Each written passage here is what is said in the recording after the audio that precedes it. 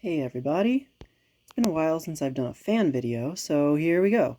This here is a Westinghouse PowerAire catalog number 12PA 12-inch oscillating desk fan.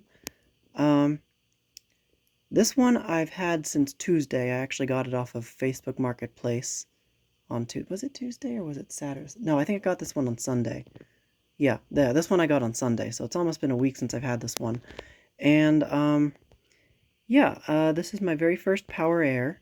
This one is a slightly later version. It's the kind that succeeds the original iteration of the PowerAire that collectors know as the Vader, the Darth Vader series, because the rear of the motor housing resembles Darth Vader's helmet.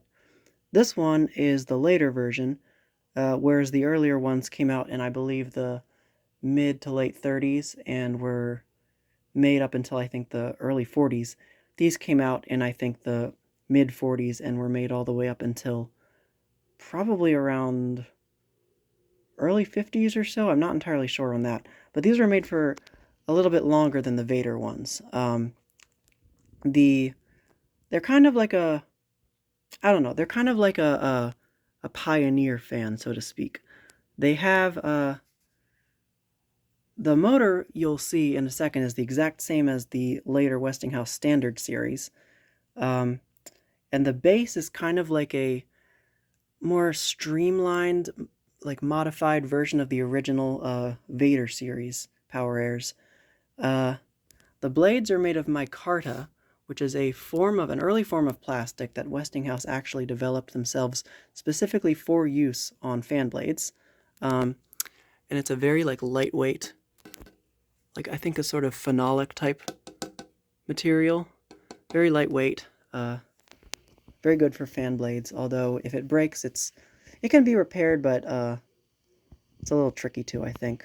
I've heard of people repairing these old micarta Westinghouses.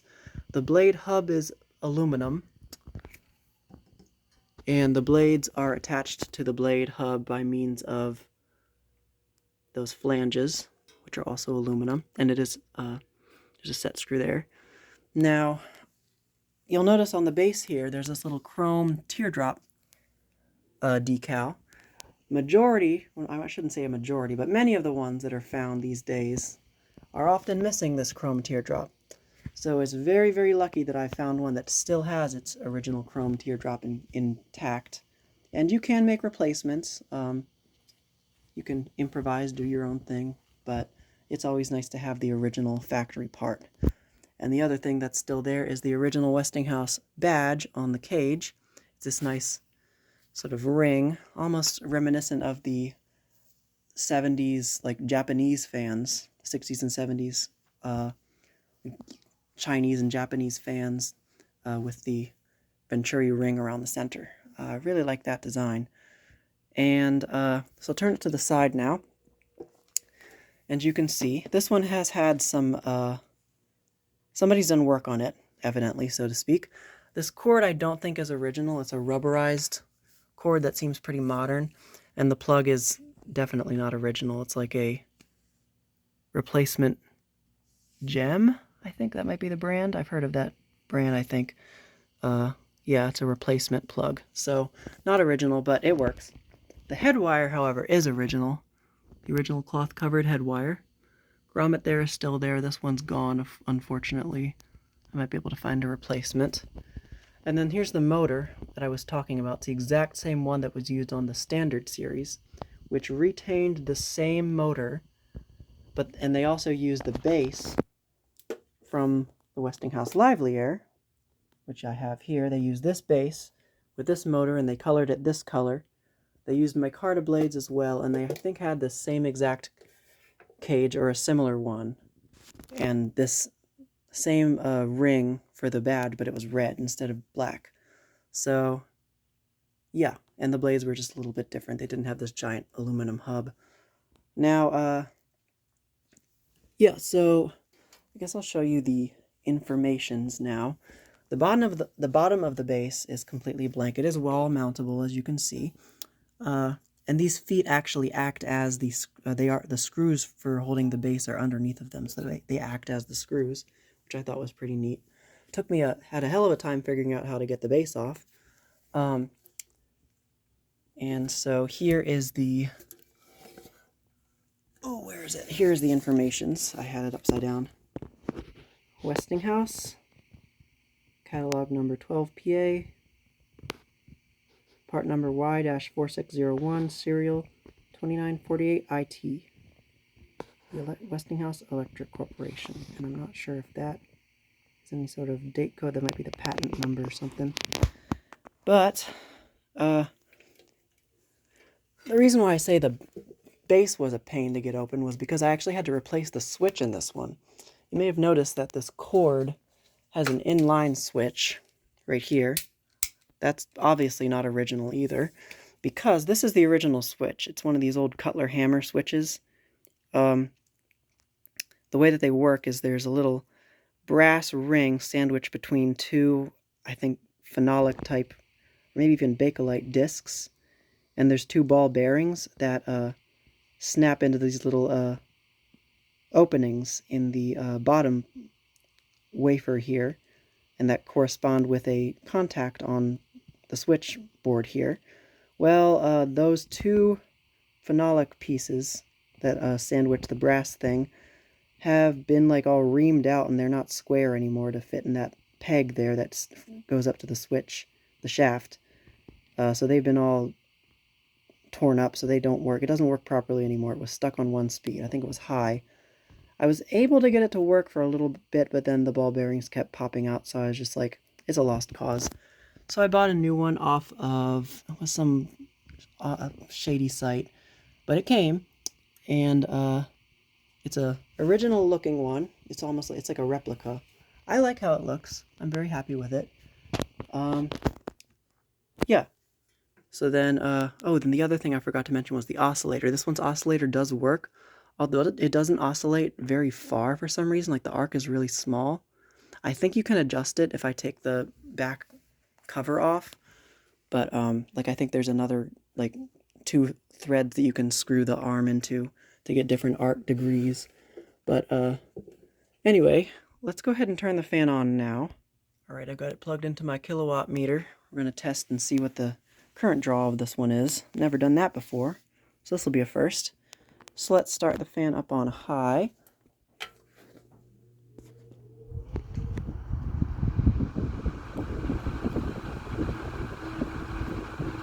It has a really cool startup sound.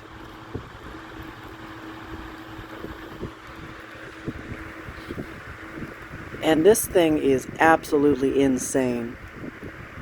I mean, the earlier Vader series, the blades were even more steeply pitched, and I can't really compare one of those to this because I don't have one, but this is just absolutely insane airflow.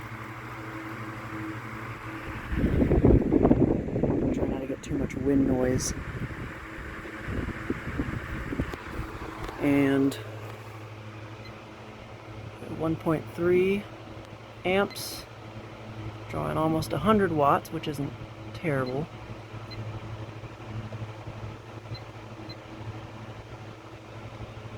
.6 power factor. Okay. Turn it down to medium.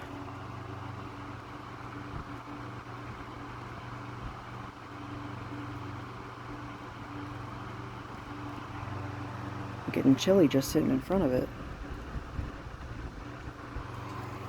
Let's see. 1.25. 88 watts. Oops. All about the same. Alright, and finally low.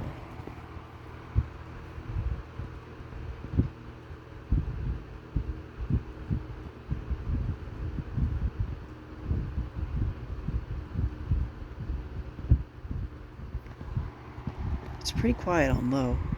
I've been running it on low a lot because I've been using this one in my room recently. Alright, spin down from low.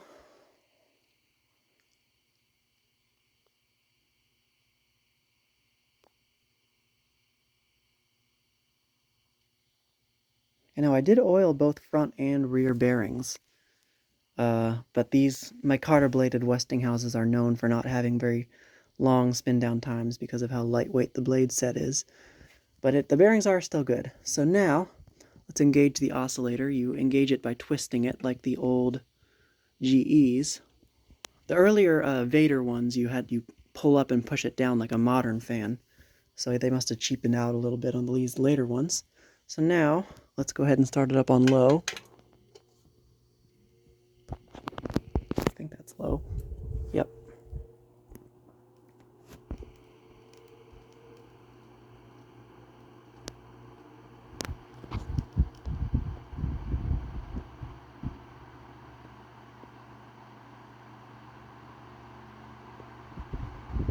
So yeah, I do believe that this one is on the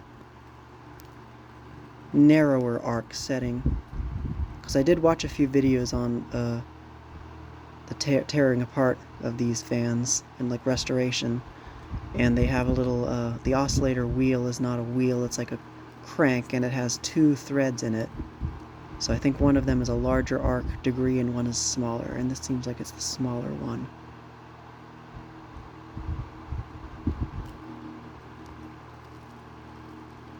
And you'll notice it doesn't oscillate as far to the left as it does to the right for some reason. And the neck bracket is centered, so I'm not sure why that is.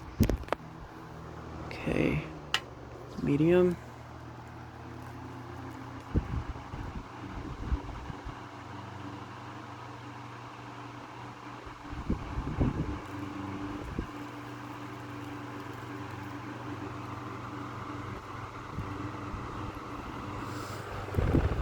And finally high.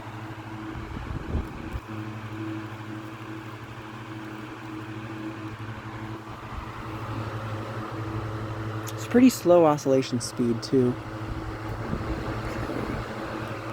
And this one doesn't have a locking mechanism either. If you screw this thing or keep unscrewing, it'll just screw it out all the way. So, let me spin down from high.